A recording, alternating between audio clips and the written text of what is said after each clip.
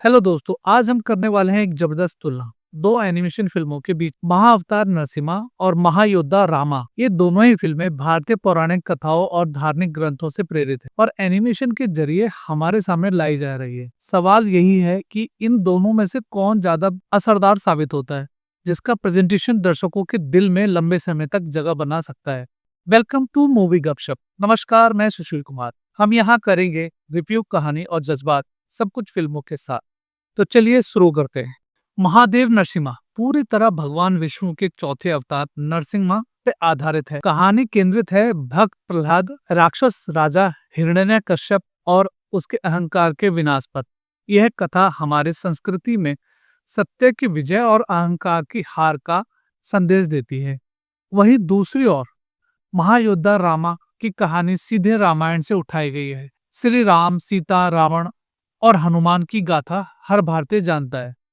यह मुख्य आकर्षण है कि फिल्म रामायण को आधुनिक विजुअल और भव्य एनिमेशन के जरिए नए अंदाज में पेश कर रही है। तुलना करें तो महाअवतार नरसिम्हा की छोटी कहानी केंद्रित है, जबकि महायोद्धा रामा का दायरा बहुत बड़ा है। प्रेम है, युद्ध है, राजनीति, परिवार और धर्म युद्ध, सब कुछ इसमें समाया हुआ है।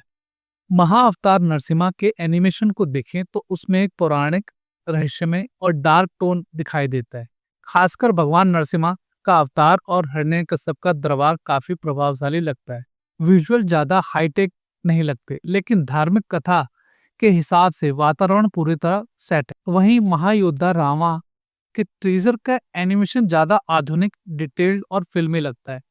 बैकग्राउंड, युद्ध भूमि, किरदारों की डिटेलिंग और कैमरा मूवमेंट, सब कुछ बड़े बजट का आभास कराता है। खासकर रामायण का प्रेजेंटेशन काफी भव्य और डरावना है। तुलना में कहा जाए तो महायोद्धा रामा का एनिमेशन सिनेमा स्तर पे ज्यादा इंगेजिंग और मॉडर्न लगता है। वहीं अवतार नरसिम्हा धार्मिक भावनाओं और भक्ति भाव पे ज्यादा ध्यान देता है।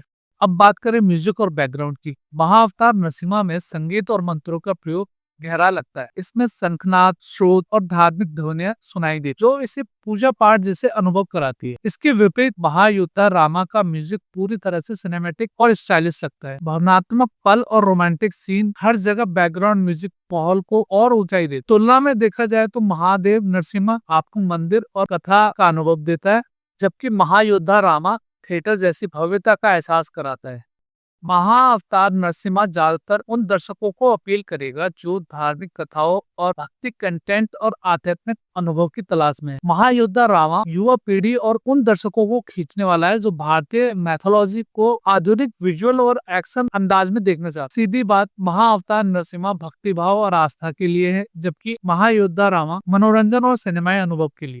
मैसेज और इम्पैक्ट, दोनों फिल्मों का एक ही संदेश, सत्य की विजय और अधर्म का नाश। लेकिन महाअवतार नरसिम्हा इस मैसेज को भक्तिपूर्ण अंदाज में देते हैं, वहीं महायोद्धा रामा इसे बड़े पैमाने पर युद्ध, भावनाओं और नाटक के जरिए पेश करता है। अगर कंपेयर करें तो कौन ज्यादा असरदार है? अगर आप पौराणिक कथाओं के साथ गहराई से जुड़े हैं और धार्मिक भावनाओं के लिए आपको जो संतुष्ट कर सके, वो है महाअवतार नरसिम्हा। लेकिन अगर आप एक दर्शक के तौर पे भव्य विजुअल, बड़े पैमाने की कहानी और सिनेमाई एंटरटेनमेंट चाहते हैं, तो महायोद्धा रामा आपके लिए ज्यादा एंगेजिंग साबित। दोनों ही फिल्में अपनी अपनी जगह मजबूत हैं। महाअवतार नरसिम्हा आत्मा को छूने वाला भक्तिमय अनुभव देता है, महायोद्धा रामा बड़े पैमाने पर एक विजुअल का वादा करती है। आज के लिए बस इतना ही, मिलते हैं नेक्स्ट वीडियो में।